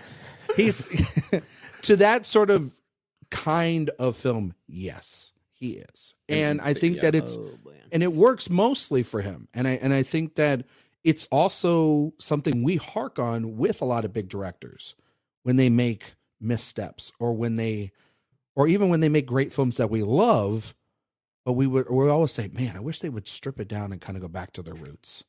Kind of just go back to making That's what he did. smaller. Go back to but the thing, this isn't his roots. This is so different than anything that he had ever made before. Yeah. It's a new debut. I think film it's of his sorts. roots, but more at a bare bones level than it's taking it's not like, but I mean, like Jay, in terms of like going back to his roots, going back to just like simple, you know, horror film with a twist, focusing on the actors rather than the bombast, the spectacle, the rigmarole that can be provided when trying to top yourself. Just make a movie. Just worry about getting it from point A to point B to the end. That's it. Yeah. And I think that that's what he does here, and it works really well. It's not like the best film that he's ever made, but it's one like, okay, good. You can do this and sort of have the confidence within yourself to do it. So then you can propel yourself to maybe make something great again that I think he does, you know, in a couple films later. It's effective. It's effective for sure. And I mean, most importantly for the found footage element you're talking about, Ryan, it is inexpensive because that is what he needed at this point in his career. Exactly. And this it's really interesting to see his characters behave differently in this part of his career than earlier parts. The way of they his career. speak differently. Yes. Too. Like The way they speak. They speak in a very weird like syntax. It's so bizarre. He's also way more willing to just have contrivances in his story, I think, a little bit, just because he wants to shoehorn in ways to show images that he wants to show. He has become such a more visually dynamic filmmaker, I think. I think he was a, you know, classical visual genius in his early films, but now he is doing things that nobody else is doing with the camera. And I think he's shooting these found footage movies. I think he brings a lot of verve to this kind of film, which can be so flat, which can be so lifeless.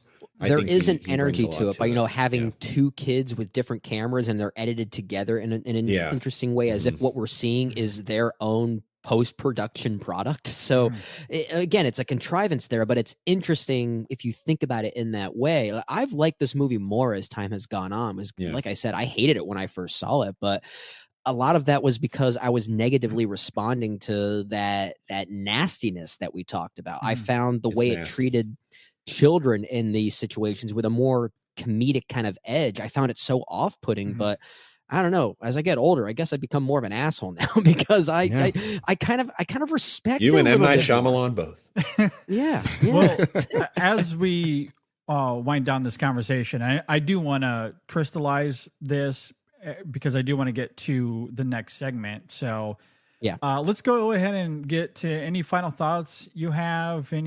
Any other thoughts you guys might want to throw out there on Split, Glass, Old, and maybe what you think of the rise, the fall, and the resurrection, if you will. Any final thoughts you guys have? Yeah, I just Split, really interesting film. The fact that that's probably his most famous, now more infamous twist. And he used kind of the post-credit. That was exciting when it happened, I will say. That got me. I mean, kind of like, again, the post-credit scene is all the rays. So what does he do is he makes the one that kind of blew everyone's mind. You know, I was at Fantastic Fest in Austin last year, and that movie premiered at Fantastic Fest.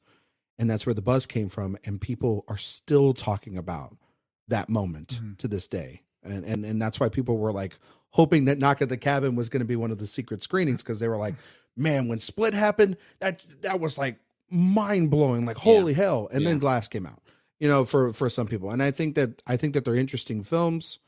I think Glass, like we said, fascinating meditation on the superhero genre, sort of something that, you know, he helped invented, but he didn't really champion all the way through, but he's kind of commenting on now and what it's been. It's a messy movie, but I think it's really interesting.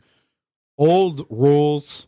Old is like old freaking slaps. I love that movie. Like I think it was one of like my underappreciated films that we did that year in 2019, or what was it, 2021, when it came out, and I had that on my list there, I believe.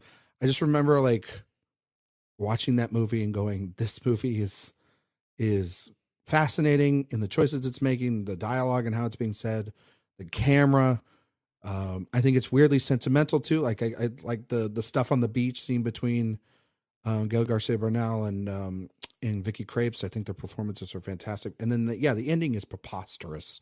But it's one of those two where I just was like, I don't know how I when you sit there and you go, M. Night Shyamalan plays the director of the movie, Ryan. That's what exactly. he is. And when I'm sitting there, but I also, it's one of those where I sat there, I was like, I don't know how this movie was going to wrap up. So until I figure out a better way, sure. Like, that's the ending. Here's this wild movie about almost playfully done about the ramifications of aging so quickly that you start to sort of look at your own life and how that relates to your own family members and what you may have lost over time. And then it all of a sudden becomes an indictment on the healthcare industry. Hell yeah. Let's go. I don't like that ending. Let's go. I do really like that. I don't love it either. Let me ask y'all this. I've kind of said my piece on Shyamalan. What's the best M. Night Shyamalan performance? Oh, God. Ooh. Oh, Signs. Yeah, Signs. Yeah, it's got to be. Yeah, Signs. Hands down. Yeah. Yeah. I actually, Signs is good. I actually think he gives a genuinely good cameo performance. I agree. Yeah. And I don't mind The Village. I don't mind The Village because it's more subtle. Yeah. I mean, it's subtle. more of a hidden performance. I will say, Jay, his performance in Knock at the Cabin, his little cameo in there, is genuinely hilarious. It is pretty funny. It is. I actually think he's really funny and old. I agree. I think that's one of his better ones. It's certainly better than more Lady like in the Water. Like but I think the answer is Old Signs. his role in Old was very much like reminded me of like Hitchcock. You know what I mean? Like that was very much Hitchcock, where it's like maybe behind the camera, twirling my mustache. All of a sudden, it kind of reminded me of the infamous teaser trailer for Psycho. It's kind of how it came off. Yeah. That's what it felt like, very much. Yeah. And I kind of weirdly respect it. It's kind of, but it also too, he barely speaks in the film. It's kind of great. And final thought. I was watching Signs with my wife, and we were watching it, and she was like, "Oh, is his wife dead?" And I was like, "Yeah, she is." And she was like, "Oh, I've seen this before. How does she die?"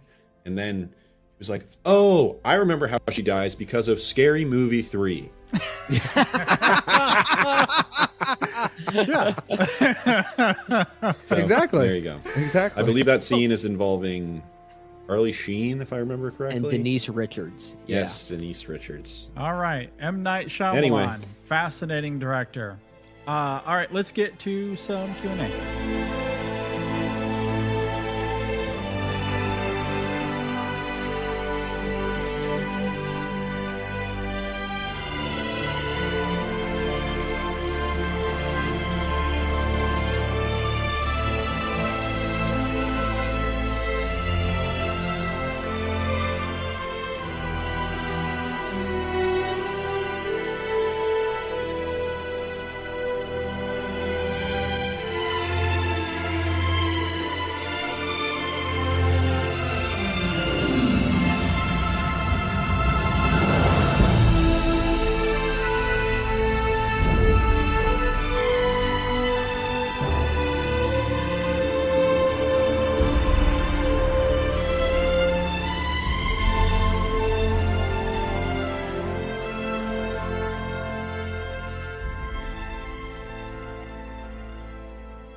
Gentlemen, are you guys big coffee drinkers? You like to drink some coffee? We're in our 30s. Of course we are. Oh boy, do I love coffee! In We the are words caffeine addicts. of Caffeine Brendan addicts. Fraser in Georgia the Jungle.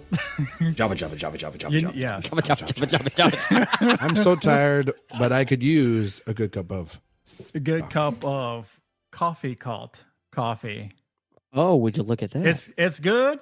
So what I'm drinking here is the Holiday Blend, which is not for sale right now, but when it comes available, get it. Oh, look at you sneaking ahead of the game. It's very, very good. It's my favorite. But also, if you like your coffee to taste like sweet, delicious blueberries or strawberries, the Ethiopian Harar, oh my God, that is heaven in a cup. And that's what's great about Coffee Cult. They source only specialty grade Arabica coffee beans from over 50 countries around the world, inspecting each bean to get the highest grade possible. And as a result, the quality is unmatched. The other great thing is they roast to order. So let's say Ryan wants to order tomorrow and he needs his coffee. Well, he's going to order the Colombian because that's what he drinks. And it's going to show up. It's going to show up at his house in 2 days. And it's because they're roasting it tomorrow because that's when he ordered it. And then it shows up 2 days later. I mean, you can't beat that. Basically, you're getting the freshest coffee. And for those of us that actually, care about our taste buds, we realize that coffee making is kind of an art. It is kind of an art, and we want to respect the art and give credit where credit is due. And speaking of giving credit where credit is due, with Coffee Cult, they only source coffee from farms that actually pay their workers, especially women workers there too, and it pays them fairly and equally, which is also a great incentive to choose Coffee Cult for your coffee drinking needs. Now, I only have two questions here. And that is about these coffee beans. When they're getting graded, do they have like extra credit or is it like a sort of like, do they have, it's like an all around quiz? So they get to like have their study notes out? Really just kind of curious about the grade of the quality of this bean. You to be the one with that. and then when it is particularly roasted for me, is this like kind of gentle humor or is this like really dark humor? Well, that like depends. Is it like a light roast or is it a dark roast? It's very vanilla. Do you want the very roast vanilla. dark? Oh, Do you want okay. it Well, that's medium? nice. Do you like your roast bitter? See, or I like my roast to not hurt my feelings, so I think I'm more of a medium roast guy. myself. You know? Well, they have a delicious medium roast as well. You could definitely check out. Oh, there you go. So a little more zesty, a little more cozy. And of course, most of their single origin coffees are medium roast. So again, get the Harar. It's fantastic. It tastes like blueberry muffins. It's the best. Yeah. So definitely go check it out. With our code, you get 15% off. That code is ISF. Use the code ISF at checkout and get 15% off. Holy cow. Join the cult!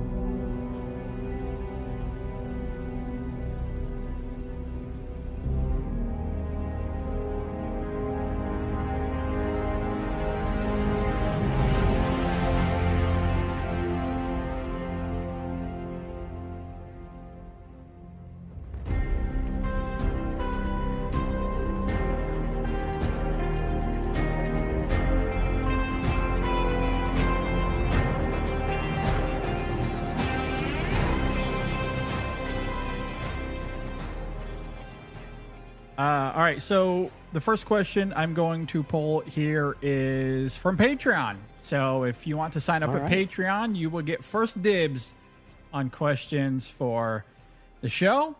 That's patreon.com/InSessionFilm. The first question here is from friend of the show, the great Mark Herney. And this is an interesting question because it's a genuine question it too, given the history of the show. Yeah, it very much is appropriate to last week in this transition that we made. Because Mark asked, does JD sleep? No. And 2, how does JD keep up with family, movie watching, podcasting, editing, sports, social media, yada yada yada. It's funny you asked that, Mark, because some of you, it's actually pertinent to this new structure. Yes, it is a big reason why we're doing it this way now. So I have my wife is pregnant. We're expecting our second child. So, and we've been trying for a while. She gets pregnant. I have a slight existential crisis, to which I immediately reach out to Brendan and Ryan and Jay. And I basically let them know, hey, look, things are going to have to change. We've been doing it this way for 10 years.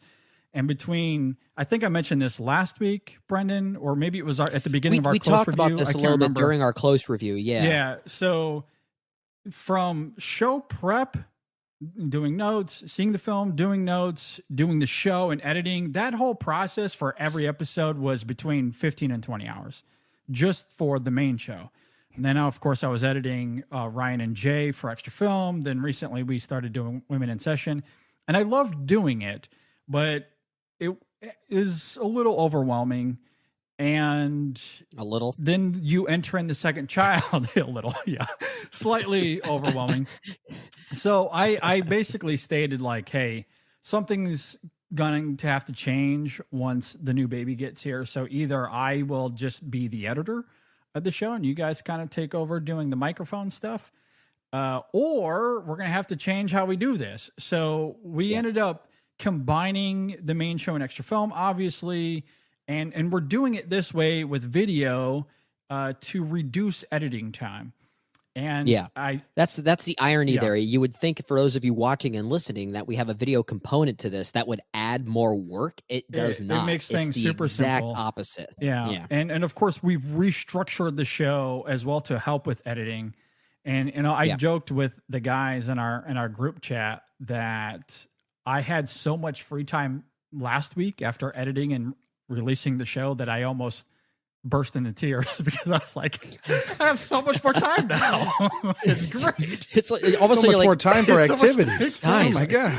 Is this what boredom feels like? This is the most beautiful thing. It was pretty glorious. And so that's why we're doing the show now. Cause I needed that time. Cause it was getting to be a little too much. So, and we knew that with this being our 10-year anniversary, that we wanted to do something a little bit new and evolve. When you hit 10 years old, you go through puberty. So this show needs to change and kind of evolve with that.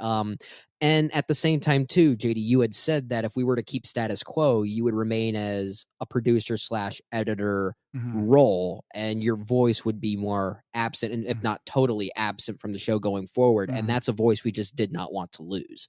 Because what makes a great show is what we feel like is built on camaraderie and banter that I think we all of us have here, and we didn't want to lose that. So it's another reason why we're doing it this way. Absolutely. Now. Yeah. Honestly, also, too, to answer the question, of all the things that he does, there was going to be a sacrifice, and it was going to be a battle to the death between JD's children, his wife, the hockey players, us, and exactly. We just decided to spare the blood and just make this seemed a lot more easier than a lot My of weapon of choice being the bass guitar. Well, what I'm so excited about is this is going to give JD more free time to rewatch Miami Vice and finally I knew it. figure out. And then when he's done with that, he can watch Finish that Interstellar. masterpiece. These are the moments that you have now, the time. You know what, Ryan? Speaking of free time in Interstellar, if you and I want to get together and do like a live commentary podcast as we watch the movie, I think that'd would be totally great. Be down for that. Because every time, what's funny? It's like usually I'm the one around here that has like, and I'm not saying that I'm just hang on with me here because you're gonna think that I'm being mean here, but it's usually I'm the one with like, oh, the dumb logic in this movie kind of breaks apart, and you're like, and JD's been usually in the past like, oh, come on, that's not even that bad. Like, what are you talking about here? Like, I've like I remember but the emotional stakes or whatever, and then now it's like, exactly. So it's weird that the shoe is on the other. Well, it's funny that you say that, Jay, because that is It's drama. It's the emotional It's the stakes. drama. Falls so good off a cliff. Anyway, but yeah, I'd be willing to do that with you, Ryan, if we get you. Yeah, we'll do something when around Oppenheimer. We'll be talking about. Yeah, we'll be doing Nolan. That's actually a good idea. Always. I support that. And actually, I'm building my bomb as well to go off at the same time at the premiere. So it's... I'm doing a solo Tenet commentary. Oh, Okay. Wait, if you're doing one and I'm doing one backwards, isn't that? You guys should do that. One of you watch it Backwards. backwards. And then find a place to meet in the middle. It's an inverted. How can we got to figure out that This technology? sounds I love amazing. That would actually be some good. We have to do content. some math to find out the right timing for all. Yeah. this. Ryan, do you want to watch it forwards or backwards? Someone get Nolan on the phone. It don't He might matter know it. because either way, it's good. Okay, so this next question is from, again, friend of the show and also former co-founder Nate Parsons. I believe this one is directed at you, Jay. What do you think of the new DC plan? Anything you're excited for? God. Well, listen, All right, listen rate, to this. review, and subscribe. Click below. Listen here. As Steven Soderbergh once said, let them all talk. Exactly, yeah. If you're gonna get rid of my main man, Jason Momoa, Oh gosh, As here we go. Aquaman. Yeah, then we're gonna throw hands, James Gunn. We're it's gonna go going to down. physically Yes. fight each other Yeah, because that is one of the best kind of franchise superhero movies ever made. And now you're doing what? You're getting in here with Gamma Dude, whatever, some nobody. I mean, I don't know. James Gunn is good. I liked his Suicide Squad movie. All right, it needed a reset. Here come the comments. The Zack Snyder universe. It was time to die. He was never the right guy to construct that universe. He never was. He does not have the sensibilities required to create a universe like that. He is the meathead philosopher of our time, and he tried to incorporate those sensibilities into this franchise, and what it created was this complete mishmash. And now James Gunn is going to come in here, and what he has done is he has created one of the most heartfelt, best superhero franchises with Guardians of the Galaxy, and bring those sensibilities into the fold. He appears to have a sincere love for the characters that he's making these movies for. Maybe it'll be good. I don't know. We're getting a Batman, the Batman too. That's all I care about. Yeah, which is an Elseworlds movie. Yeah. It's not meant to be part of this new DC Studios connectivity. God. But they're also making other Batman movies at the same It's time. like The Brave and the Bold, I think it's called. It's meant to be about the relationship between one of the specific Robins. I actually forget who it was. You guys are going to be excited for the Batman Part 2, but be extremely disappointed in Part 3 when Joaquin Phoenix's Joker becomes the new Joker. Son of a... That's what they're going to do. No, it's Barry Keoghan. No, but Barry Keoghan's already done. His face is going to morph like... I was like, don't do that to me, Depp. JD. No, I think all honesty,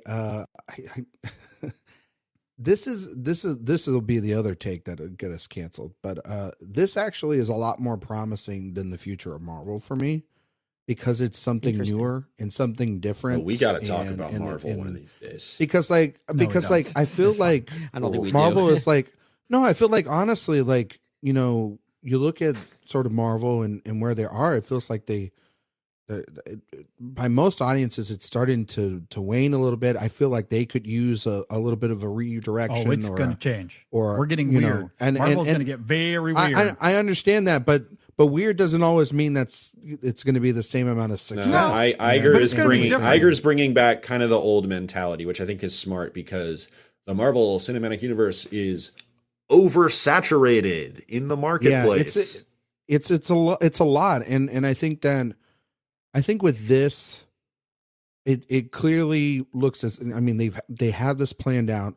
Honestly, and all, for me personally, we know that a lot of these movies really, I'm the only great news about this for me is that they aren't going to do what a lot of the rumors and all this other stuff was talking about, was trying to take the Batman from Matt Reeves and sort of try to implement it in this or whatever.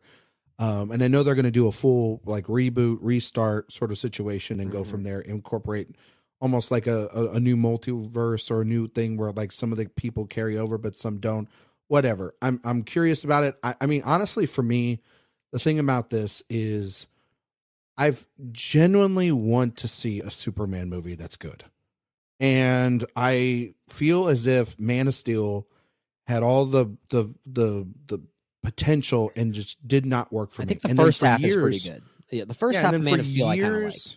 Years after that, we just never ever decided to go back to that, and I feel really bad for Henry Cavill, and I feel really bad for a lot of the fans who wanted to see Henry Cavill taking some L's lately. Yes. He really has, and I'm that was what was interesting to me. Obviously, like a Green Lantern movie kind of looks like, you know, it can't be any worse than the one before, and that is true. And like.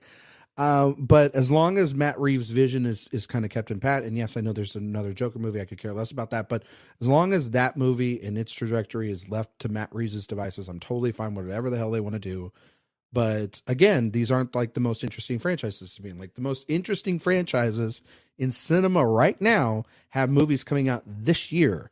And that for me is like John Wick, and that's Mission Impossible. And even to a certain extent, what will happen in the future with Dune. I'm much more interested in stuff like that. Man, you know. Yeah, going back to well, DC, I the Lost Kingdom, baby. I mean, like that's the thing about him too, is it's like they have to get rid of these Snyderverse, I guess, DC movies that they already have, and that Shazam movie looks bad. Like from the trailers alone, it just looks so bad. And then they're going to have to, at a certain point, it'll probably be this weekend at the Super Bowl, release footage for The Flash. And then that whole summer is just going to be a wild ride for them. You know what I mean? So it's going to be a little bumpy at first. World we're just living in. You know, exactly. And so I'm JD, I'm curious more than you, because I know you're the big superhero guy around here and everything, what you think about all this. Well, I mean, I think when it comes to DC, I'm kind of where Jay was talking about, and they just needed a reboot. The problem is they brought in Zack Snyder. Maybe he was the wrong guy for it. Maybe he was the right guy for it. I think the problem more than anything is that they were already 5 years behind Marvel, and they saw the success. And they were trying to do the same thing. And they were trying to catch up way too too fast, and that forced a ton of films and contrivances and storylines that just did not come together very well. And then you compound that with this really unfortunate event in Zack Snyder's life regarding one of his children. And you just can't foresee things like that happening. And it's heartbreaking, but from a DC marketing budget perspective, it made things all the more challenging, obviously. So they needed to find themselves at a line where they can just cross over into the sand and start something completely new without having to compare themselves to Marvel. So they bring over one of the Marvel guys to do that, ironically, and James Gunn. Which, it makes me think, like, was he brought on to try and do what he did at Marvel, or because he knows the Marvel game and wants to do something at DC that is anything but the Marvel formula? And that's what I'm not sure about, which I think, it's interesting to theorize about what his agenda might be. I like that. I do like. I was just going to say, knowing Marvel. James Gunn, like James Gunn's films try to have this subversive quality to them, for better or worse. I don't think, if that's his mentality regarding the DC broadly speaking, I don't think he's going to regurgitate Marvel. That just doesn't seem very James Gunn to do. I'm with you. So I don't think he's going to do that. And I think we're already seeing the fruit of that. And hey, look, we're not bringing back Henry Cavill.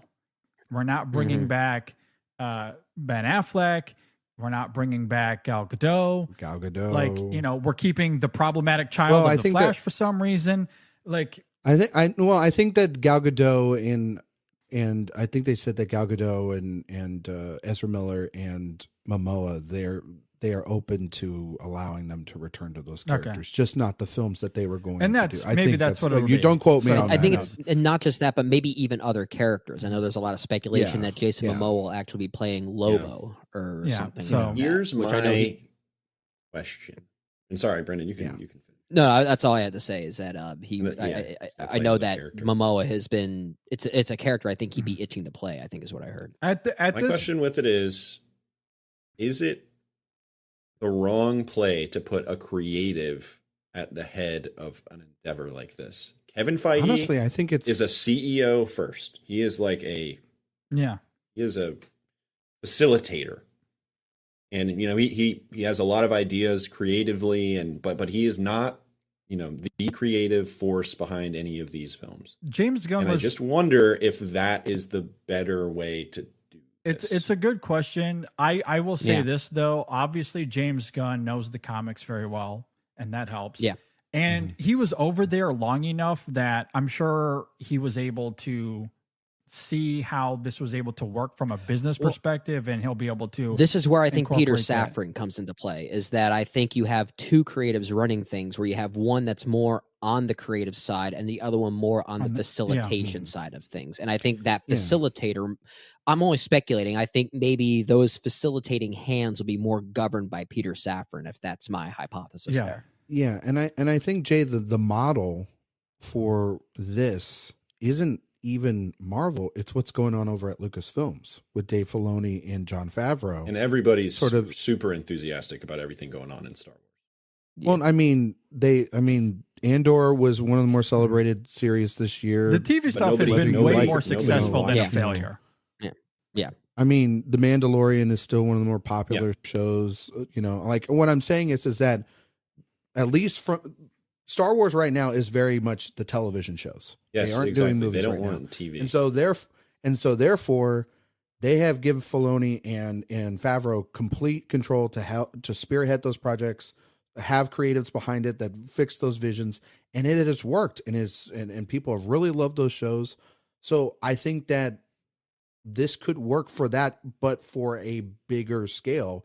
And if you have an actual plan, like it seems they've mapped out a plan with stories and and have showrunners writing the stuff. He's not writing everything, but he's writing the things that he wants to do.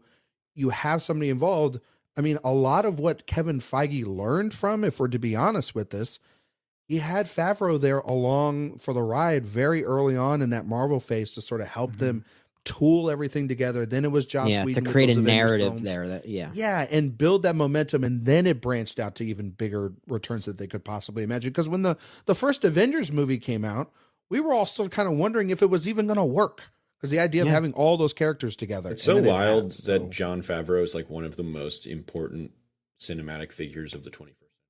He really is. Pretty He interesting. really is. It really is. So interesting. And with regard to the DC slate, what James Gunn did announce, like, I don't know about you guys, it felt kind of like a partial announcement. Like, I feel like he still has some tricks up his sleeve that he's not revealing yet. Yeah, they're waiting on I think a bunch of stuff. Yeah. I think, there's probably bigger things that we're going to hear about because, what we heard about sounds really interesting, but it kind of felt like an incomplete announcement, more of like a palate teaser. Yeah, it felt like an appetizer, which I'm not against, but it's hard to make, I guess, judgments or even express excitement when I don't know what the full lineup's going to be yet.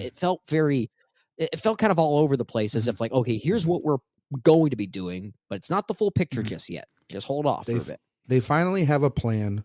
Let's see if this actually works out, because the DCEU was a hodgepodge of what the hell are we doing? And now never could decide it. Now they actually have somebody, two people sitting in a room trying to figure this out, playing, putting all the strings together to try to create something.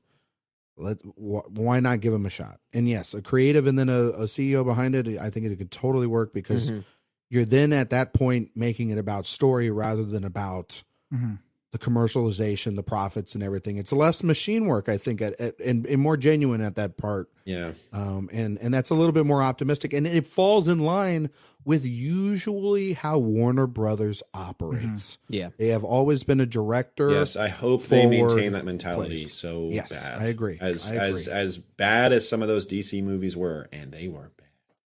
Yeah. They were a person's vision. And I respect that.